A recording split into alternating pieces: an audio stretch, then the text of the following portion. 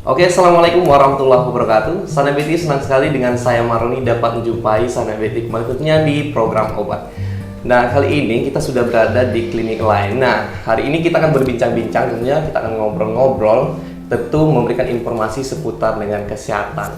Di mana tema yang akan kita kumpas hari ini adalah amankah puasa bagi penderita MA kronis. Nah, hari ini saya di TV saya tidak sendiri. Saya ditemani dengan dokter narasumber kita yang luar biasa hari ini.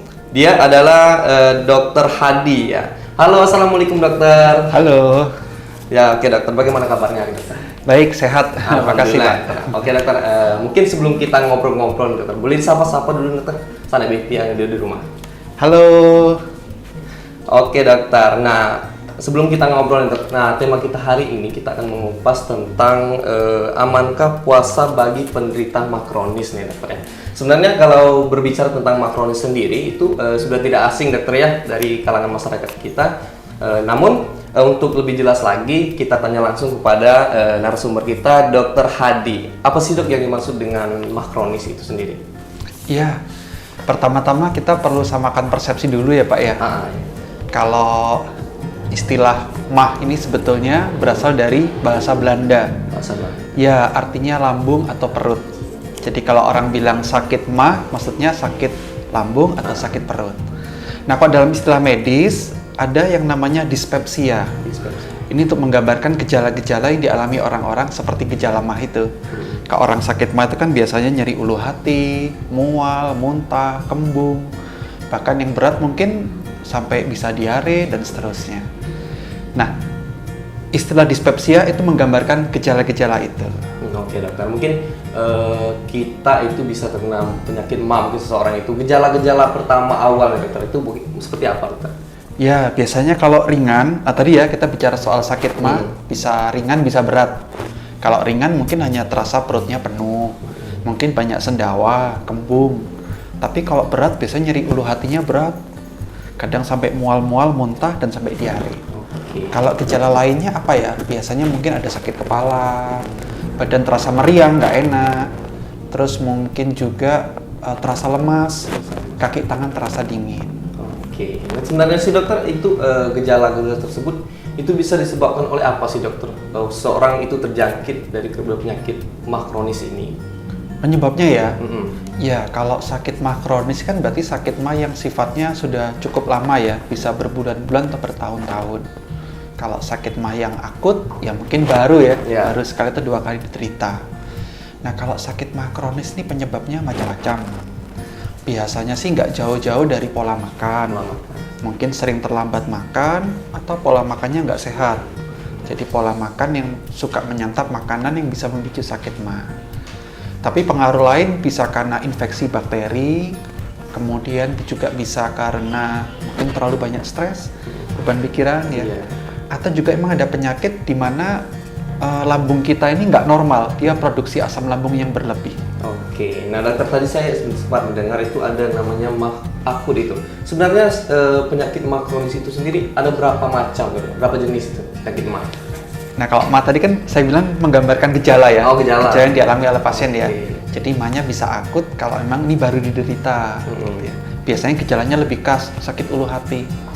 Kalau MA kronis, ini kan sudah lama ya dirasakan gejalanya, bisa berbulan-bulan atau bahkan menahun. Dan tadi kadang-kadang gejalanya tidak khas. Saya pernah dapat pasien itu dia sakit MA kronis, keluhannya apa? Cuma meriang. Iya, tapi dia sudah hafal. Ini kok saya meriang ini sakit MA saya dok. Dan betul kasih obat MA sembuh.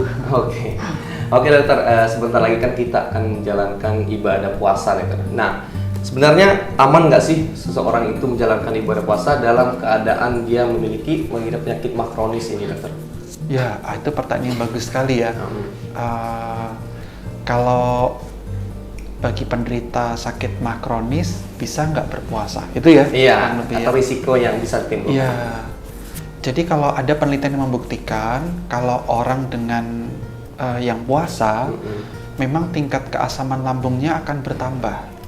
Jadi ada sebuah penelitian mengatakan kalau orang sebelum puasa itu diukur keasaman lambungnya atau pH-nya kira-kira 2, setelah mereka puasa Ramadan 10 hari atau lebih pH-nya turun jadi 1, itu berarti semakin asam. Jadi dari situ kita bisa menyimpulkan kalau orang punya sakit MA, ya resikonya akan meningkat kalau mereka berpuasa. Semakin mungkin untuk kambuh. Tapi soal tadi ya mau berpuasa atau tidak kan personal ya lain orang kan beda. Tapi resikonya ada. Itu resiko yang disebabkan. Namun mungkin ada seseorang ini juga ingin mau berpuasa dan tetap ingin puasa dan menjalankan ibadahnya. Itu ada trik nggak dok untuk tetap menjalankan ibadah puasa dan tetap menjaga dari penyakit yang tadi, penyakit makronis ini tadi? Iya, ada beberapa saran yang bagus sih. Yang pertama tadi kan biasanya kalau sakit MA ini timbul karena mengkonsumsi makanan yang bisa memicu sakit MA. Jadi ya hindari makanan-makanan yang seperti itu. Terus kemudian usahakan makannya lebih teratur. Jadi buka puasa dan sahur ya, makan sahur itu lebih teratur. Dan kemudian kalaupun makan, katanya sarannya yang bagus itu kalaupun buka puasa jangan makan langsung banyak. Tapi makannya dalam porsi kecil bertahap. Itu mengurangi gejala sakit MA. Nah, itu ada jenis-jenis tertentu itu untuk makanan ketika kita sahur ataupun ketika berbuka puasa untuk penderita penyakit makronis ini yang dianjurkan itu dokter? Iya, kalau dari pengalaman saya di praktek sehari-hari ya, orang yang biasanya sakit MA itu karena mengkonsumsi makanan yang terlalu pedas, terlalu asam, kemudian konsumsi mie, ya ketan, tape, terus kemudian juga biasanya kalau sayuran ya, pucuk ubi, rebung, sayur nangka, kubis. Kalau minuman yang biasanya bikin sakit MA itu seperti kopi, teh, minuman bersoda. Ya, jadi kalau bisa hindari makan dan minuman seperti itu. Nah sahabat BTP tentunya itu tadi beberapa jenis makanan dan minuman tentunya harus dihindari untuk kita penyakit makronis dan mempunyai riwayat makronis. Dan dokter nanti kita akan lanjutkan lagi setelah yang satu ini kita akan membahas tentang cara mengatur waktu makan sahur dan buka puasa yang baik untuk penderita makronis. Namun kita akan tahan dulu, kita akan kembali setelah yang satu ini. Sahabat BTP jangan kemana-mana, tetap saksikan kami di obrolan kesehatan dan kami akan kembali setelah jeda pariwara berikut ini.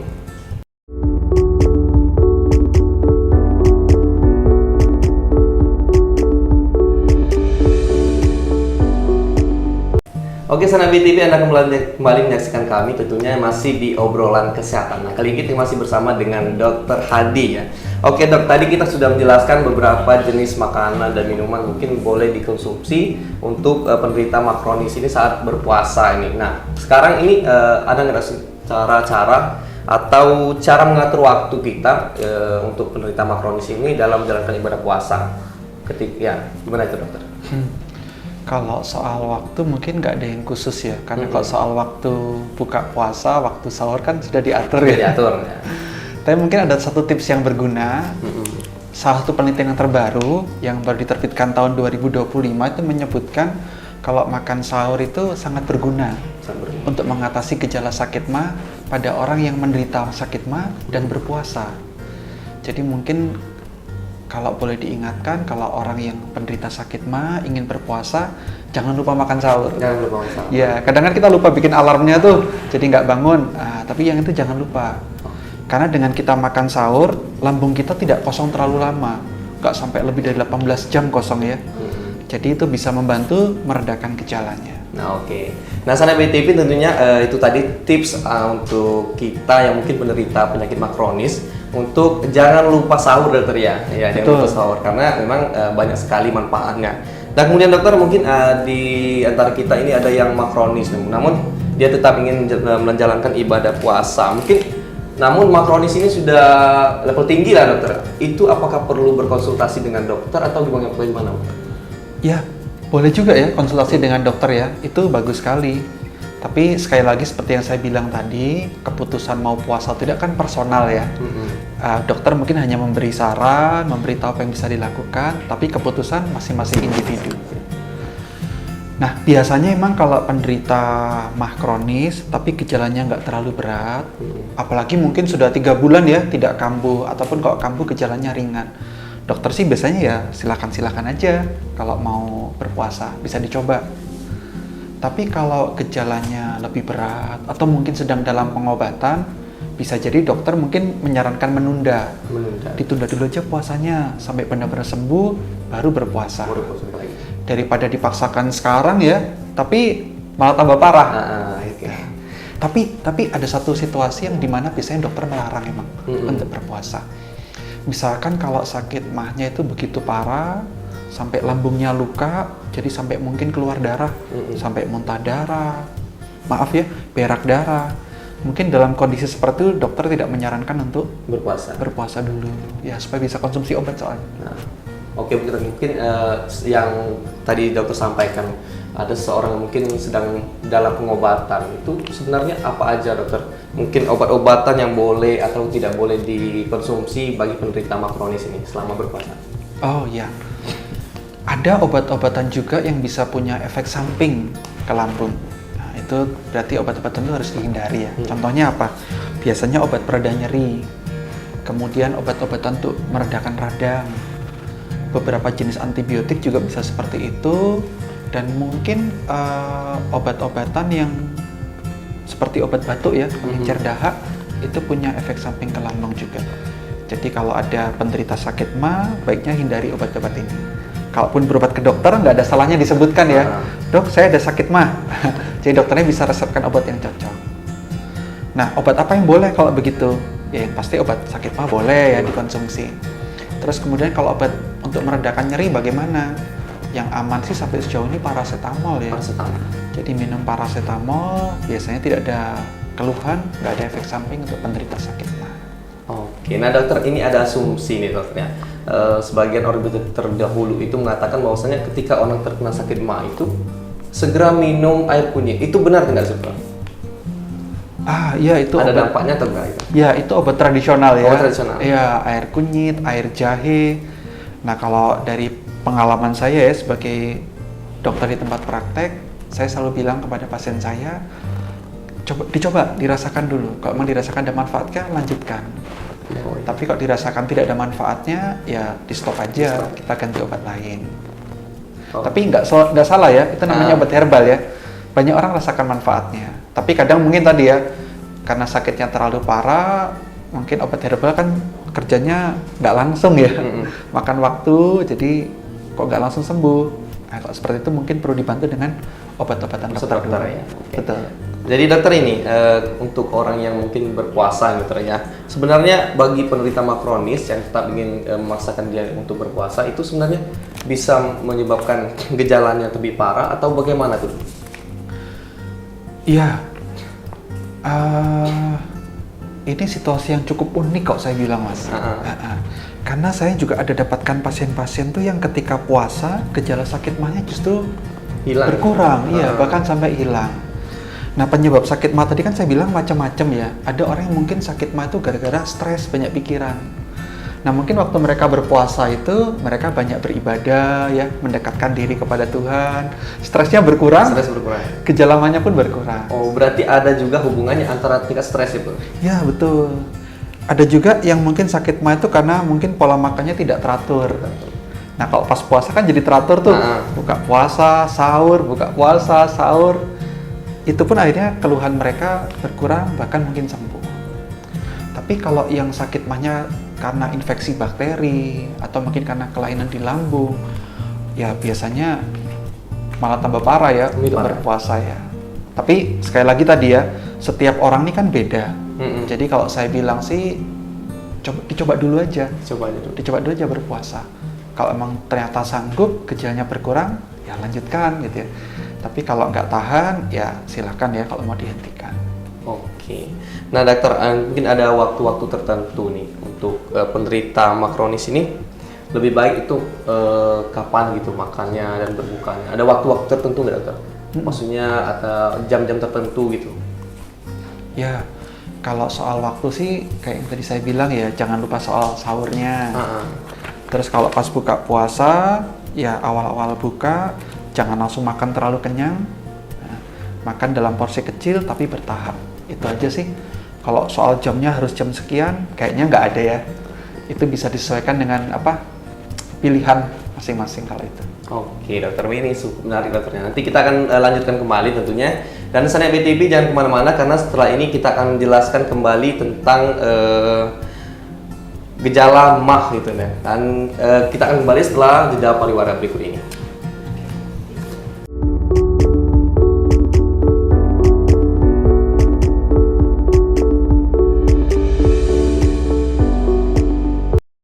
Oke, Senam TV masih menyaksikan obrolan kesehatan. Tentunya kita masih bersama dengan Dr. Hadi. Nah, kali ini kita langsung tanyakan langsung pada Dr. Hadi. Itu, dokter, bagaimana sih cara menjaga hidrasi yang baik selama bulan puasa bagi penderita MAH kronis? Ya, jadi meskipun puasa atau tidak, kebutuhan cairan harian kita kan tetap sama. Kalau tidak puasa, biasanya disarankan minimal 8 gelas setiap hari. Sama, waktu puasa pun itu harus tercapai targetnya. Minimal 8 gelas setiap hari. Cuma biar tidak bingung gimana. Ya, waktu buka puasa emang harus minum air putihnya lebih banyak ya. Ada yang menyarankan waktu buka puasa 4 gelas minum air. Tapi nggak harus sekaligus ya. Kalau sekaligus perut kembung malah. Bisa dikasih bertahap. Sebelum tidur minum lagi 2 gelas. Dan nanti waktu sahur minum lagi 2 gelas. Jadi dengan begitu terpenuh nih 8 gelas sehari. Tapi kalau misalkan bisa minum lebih ya silakan. Terus kemudian juga selain minum air putih, ada juga minuman yang harus kita hindari. Seperti minum kopi dan teh. Ini perlu dihindari, kenapa? Karena dua minuman ini sifatnya diuretik, malah merangsang kita untuk kencing. Jadi kalau waktu buka puasa kita banyakin minum kopi sama teh, kita malah banyak kencing, tambah haus. Ya, kebutuhan cairan kita malah bertambah. Minuman bersoda itu juga perlu dihindari karena tinggi gula. Orang yang tinggi gula juga jadi banyak kencing nanti. Kemudian yang perlu dihindari juga itu makanan-makanan yang terlalu manis ya. Itu juga perlu dihindari. Atau makanan yang terlalu banyak garam juga perlu dihindari karena bikin kita banyak kencing, jadinya malah tambah haus. Oke. Nah, Sana BTP tentunya untuk penderita MAH kronis khususnya, jadi hindari minum kopi, teh dan sebagainya, dan perbanyak minum air putih. Nah, selanjutnya dokter, ketika seseorang yang mungkin pengidap MAH kronis nih dokter, tiba-tiba dia terjadi gejala ketika dia berpuasa, itu apa yang harus dilakukan dokter? Oh iya, waktu puasa tiba-tiba sakit MAH-nya kambuh ya? Kambuh ya. Iya, ya itu situasi yang sangat mungkin terjadi, jadi kita harus pikirkan dari sekarang. Nah, kalau biasanya sih saran saya, kan kita maunya pertahankan puasanya dulu nih, betul ya? Kalau bisa jangan batal dulu. Ya, jadi kalau tiba-tiba waktu puasa sakit banyak kambuh, gimana? Yang pertama coba istirahat dulu. Ya, jadi kalau kita lagi bekerja, beraktivitas, coba istirahat dulu. Tiduran. Biasanya kalau kita tidur lebih rileks, mungkin bisa mengurangi sakitnya. Kalau kita pilih tiduran, bisa tidur dengan bantal lebih tinggi ya, atau posisi setengah duduk. Nah, jadi membantu mengurangi tekanan di lambungnya juga. Terus bisa juga untuk mengurangi nyerinya, kita bisa menggunakan botol mungkin ya, diisi air hangat, atau plastik diisi air hangat, dikompreskan di sekitar ini ya, ulu hati. Mudah-mudahan dengan cara begitu bisa mengurangi nyerinya. Tapi kok tetap nggak hilang, tetap sakitnya berat, bahkan mungkin sampai mual, muntah, ya mungkin lebih masuk akal untuk membatalkan puasa. Cepat minum obat antasida, kemudian 15-30 menit kemudian bisa makan porsi kecil ya, supaya perut kita terisi, setelah itu baru minum obat yang lainnya. Oke, nah tadi dokter ada MAH yang ringan dan ada juga MAH yang kronis dokter. Itu kira-kira untuk kita penderita MAH tersebut, ada nggak sih cara kita perbedaan antara cara berpuasa MAH ringan dan MAH kronis ini? Kalau secara prinsip sebenarnya sama, sama-sama harus jaga makan ya, pola makannya harus pas, jadwalnya juga harus pas, terus harus sama-sama siap obat juga ya kalau waktu kambuh. Tapi mungkin perbedaannya itu kalau penderita MAH kronis yang berat, gejalanya ya, resiko untuk kambuhnya kan lebih besar. Jadi harus lebih hati-hati jaga makan, lebih siap obatnya harus lebih baik juga. Jadi kalau sewaktu kambuh bisa penanganan lebih cepat. Gitu. Oke, nah dokter mungkin sebelum kita tutup nih dokter ya, ada nggak saran-saran untuk penderita MAH kronis dalam menjalankan ibadah puasa? Saran yang boleh disampaikan ke Sana BTP? Sarannya ya, tadi soal makan sahur yang nggak boleh terlewat sudah. Soal mengelola stres sudah juga ya. soal makan yang harus dihindari, minuman yang harus dihindari juga sudah ya. Sudah. Apa ya kalau gitu ya? Mungkin ini. Kalau bulan puasa itu kan sudah bisa kita prediksi tanggalnya bahkan dari 1 tahun sebelumnya. Jadi kita bisa persiapan nih supaya di bulan puasa itu kita bisa berpuasa dengan baik.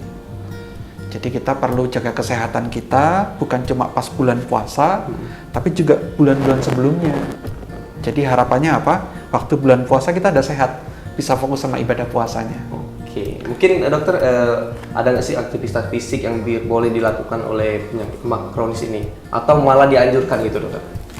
Kalau aktivitas fisik tidak ada yang membatasi ya. Tidak ada yang membatasi. Ya silakan saja beraktivitas, mungkin olahraga sesuai yang disukai ya olahraganya ya.